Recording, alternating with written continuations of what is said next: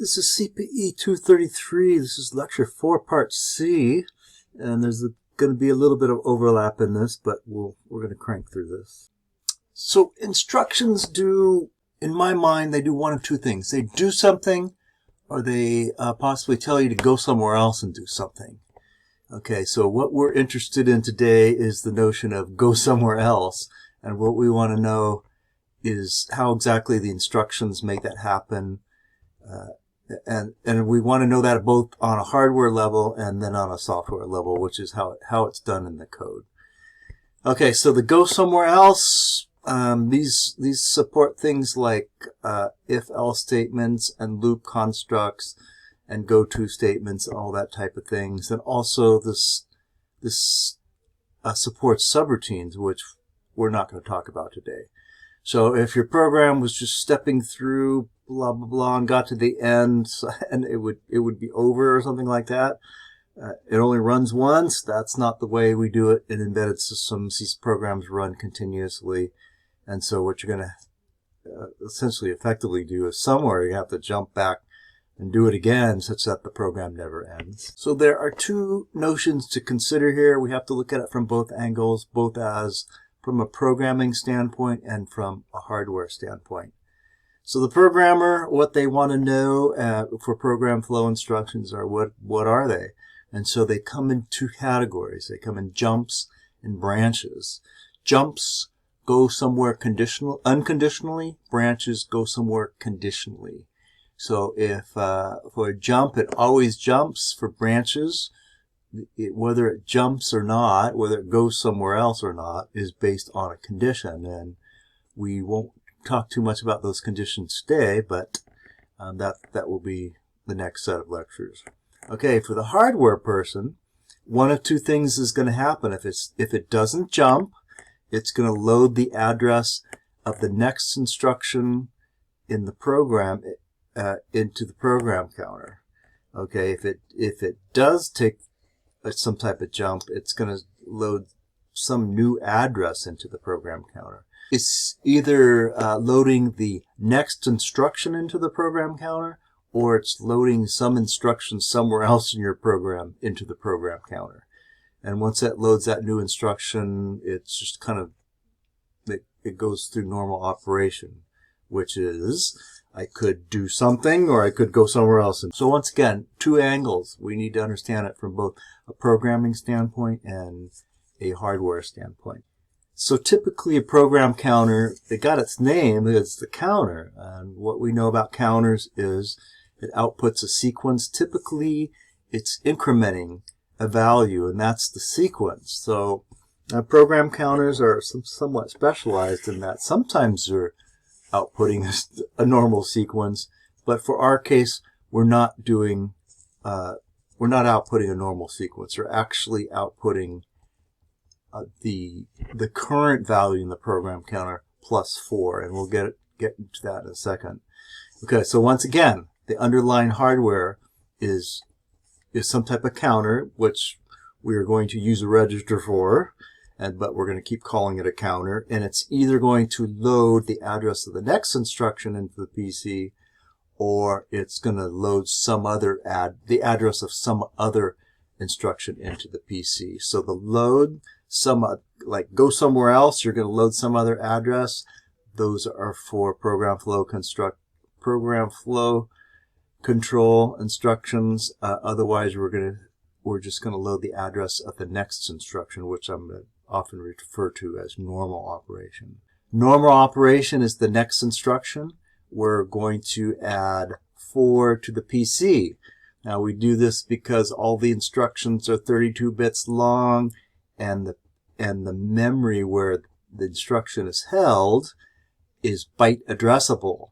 So that means every address location in that memory stores a byte. We need 4 bytes for the instruction, so we're going to add 4 every time we do a normal operation, such as something that's not program flow control. When we're doing program flow control, whether a branch or a jump, what we're going to do is load some new value into the PC, something other than PC. Okay, so we've been talking about that, and here's a picture of this. This is the PC here, and it's essentially a register. Registers typically load. It has a control input of a load. When we're going to refer to this as PC write enable, and then I can put data into this thing. So by the way this is configured here, I can load one of 4 pieces of data into the program counter. So that those 4 pieces of data are the address of the next instruction, which is the PC plus 4, and then we have 3 other instructions here. We don't really need to get too far into this, but there's 2 jump instructions, 2 different types of jump instructions, and a branch instruction.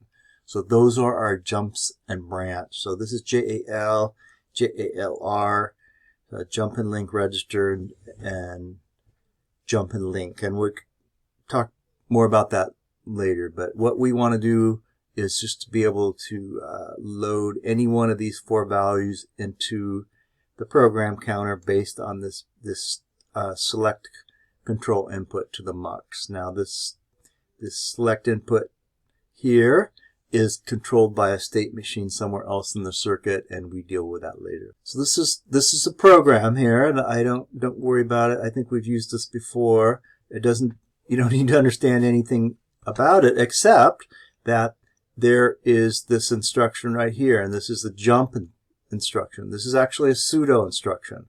Our only jump instructions are JAL and JALR. I like using this pseudo instruction here rather than JAL or JALR. It just makes more sense to me. So this is actually a pseudo instruction.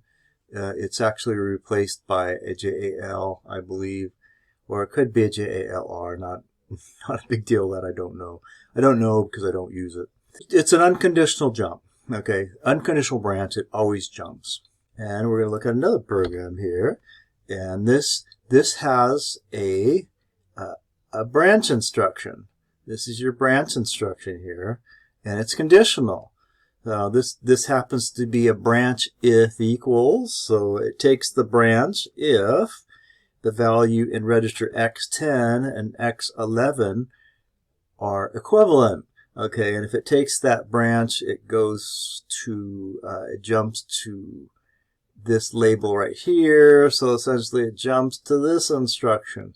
That is if it takes the branch.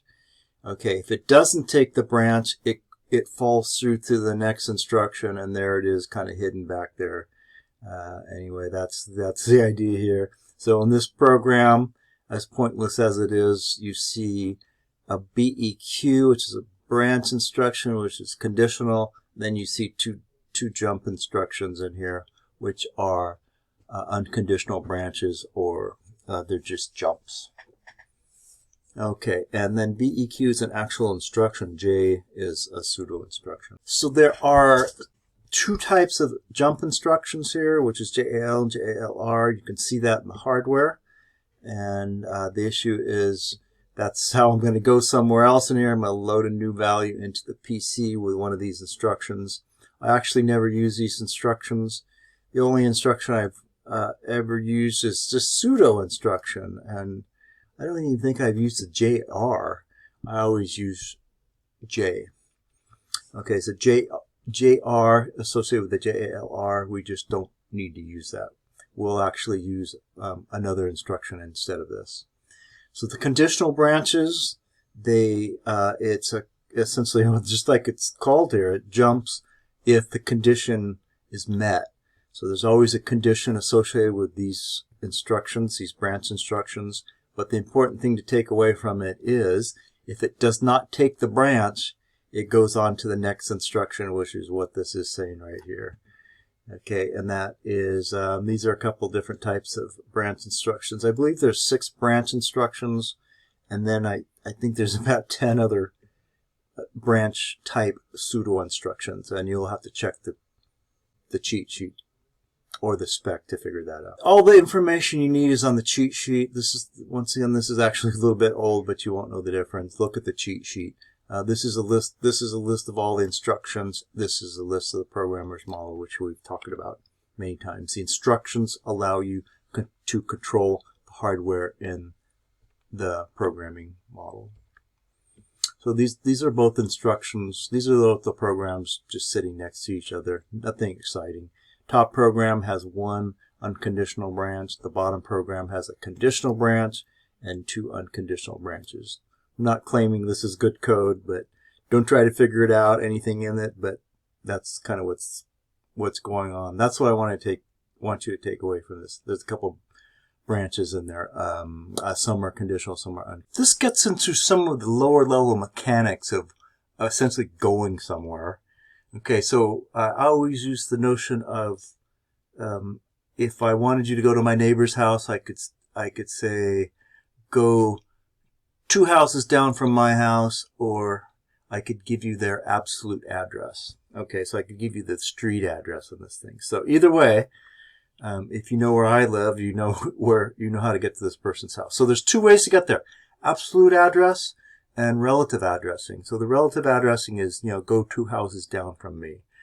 So this is super important in computer land because we have 2 ways to get there, and I can give you the absolute address or I can give you the relative address. And so essentially the problem here is the absolute address is pretty long. It's 32 bits, right? But the relative address is much shorter, so the instructions actually encode relative addresses, and that's what I want to show you here. The hardware takes that relative address and converts it to an absolute address, which is an important point that we land on many times. So anyway, we want to look a little bit more closely at this one instruction, and this is the JAL instruction, which stands for jump and link. Okay, so I've actually never used this instruction because I used the J pseudo instruction. Okay, and so here's an example of J pseudo instruction. I typically write that, and the assembler is going to change it into this. It's going to do that for me. So these are actually equivalent statements.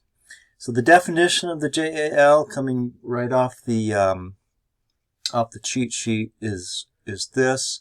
What's going to happen here, if I issue this instruction, it's going to put some value into a register, which is the register I define right there. And you can see that if I don't define it, it defaults to X0, and X0 is not writable.